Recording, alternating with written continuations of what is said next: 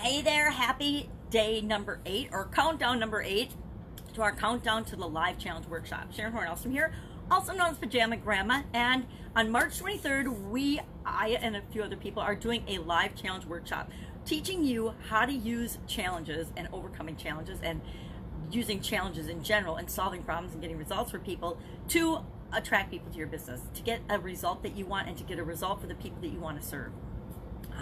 Doing a 5-day challenge along with a scavenger hunt that has a $25,000 value grand prize associated with it. It'll be a 10-day scavenger hunt. You got to find the clues, unscramble them, and enter by April 1st, midnight Eastern time.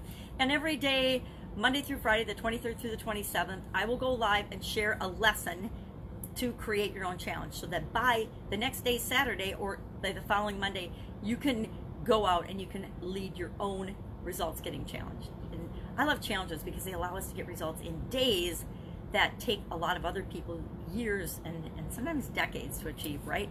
Focused effort is really, really powerful. So as part of that, getting ready for that, since the 23rd is still a little ways away, I wanted to do something to prepare for it. So I thought, okay, I've been in business for 47 years in small businesses, plus 25 plus years of that was in corporate America, working for some of the biggest companies in the world.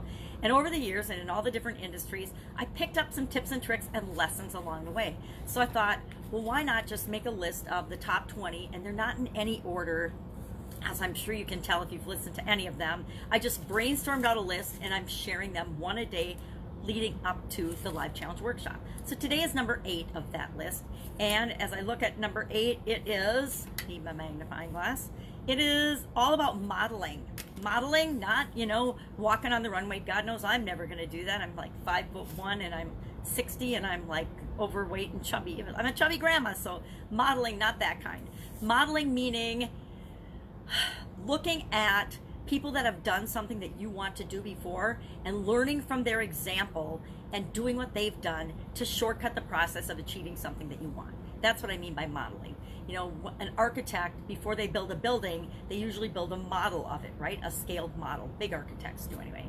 Or if you want to create anything, sometimes you'll sketch out and draw a model of it before you actually go and create the real thing. It's kind of a manufacturing thing. I have a manufacturing background, so we practice and model and try things out before we take them to production, we call it. And that's called modeling. So we can model physical things, we can model people's behavior. And the thing about modeling is, number one, there's a couple caveats to that. Number one, we never know the whole story, right? When we're modeling other people, we're not comparing ourselves to them. We're just finding what worked for them, and we're modeling the process that they used, the things that they did. We're not necessarily modeling them because we don't know, we're all like icebergs, right? You see this much of all of anybody, any human being, and there's all this under the surface. A lot of us don't even know what's under the surface for ourselves, much less would other people ever know.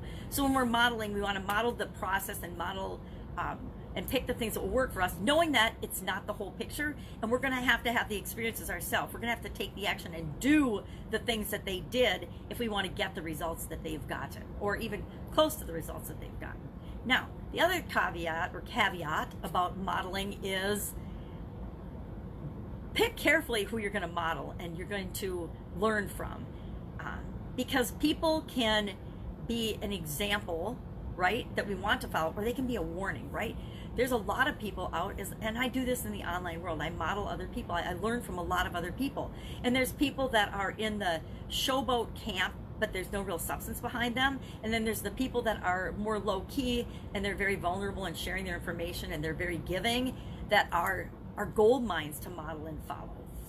And it depends what kind of a goal or thing that you want to achieve, the type of people that you'll follow and model. If you have a goal to improve your health, you're going to model somebody who's achieved the health that you want. You're not going to follow somebody that's, 100 pounds overweight and eats junk food every day, right? You're going to model somebody that's already achieved the thing that you want to achieve. So that's one of my top 20 biggest lessons learned. If you want to shortcut the process of anything, find role models and examples, positive examples of people that have already done what you want to do. Not people that say they've done or act like they've done, but have actually done what it is that you want to do. If you want to create a $1 billion business, or $1 million, let's say million, billion's kind of stretching it, right? If you want to create $1 million business or even a 6-figure business, you take advice and you follow and you model people that actually have a 6-figure or 7-figure business, right?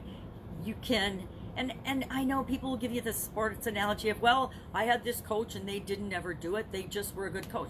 And there's that type of coaches, yes, but in certain things, certain results that you want to get, I will say to my grave, listen to people that have already done it. Model people that have already done it, not people that tell you how to do it but have never done it. It's like teachers and professors are super duper smart, right? But they're not always very financially successful because they know everything, but they haven't actually gone out and done it. And what you need and want is to model somebody that's actually done what it is that you want to do. All right, would love to know what you think about modeling, and if you've used it, and if you want to know more about it, hit me up in the comments below. Otherwise, I will see you March 23rd right here on the Thrive Challenge page, but make sure you go in and join the Thrive Challenge group, and I'll put the link in the comments below. It's just facebook.com/groups/Thrive Challenge, and you want to be in there because that's where you will participate in the daily action item, because I'm going to ask you to take action every day, a little action, and then show us that you've done it, and we'll have participation prizes for that. But you also want to get in there because that's where the clues to the scavenger hunt will be every day. There'll be a clue every day for 10 days. You want to collect those clues and then make sure that you submit your answer by April 1st at midnight Eastern so that you can be in the running for the $25,000 value grand prize, right? All right, that's it. Have an awesome day. I would love if you would share some of your biggest lessons learned in business and in life in the comments below, because that helps all of us to learn and grow as well. All right, catch you tomorrow. Bye.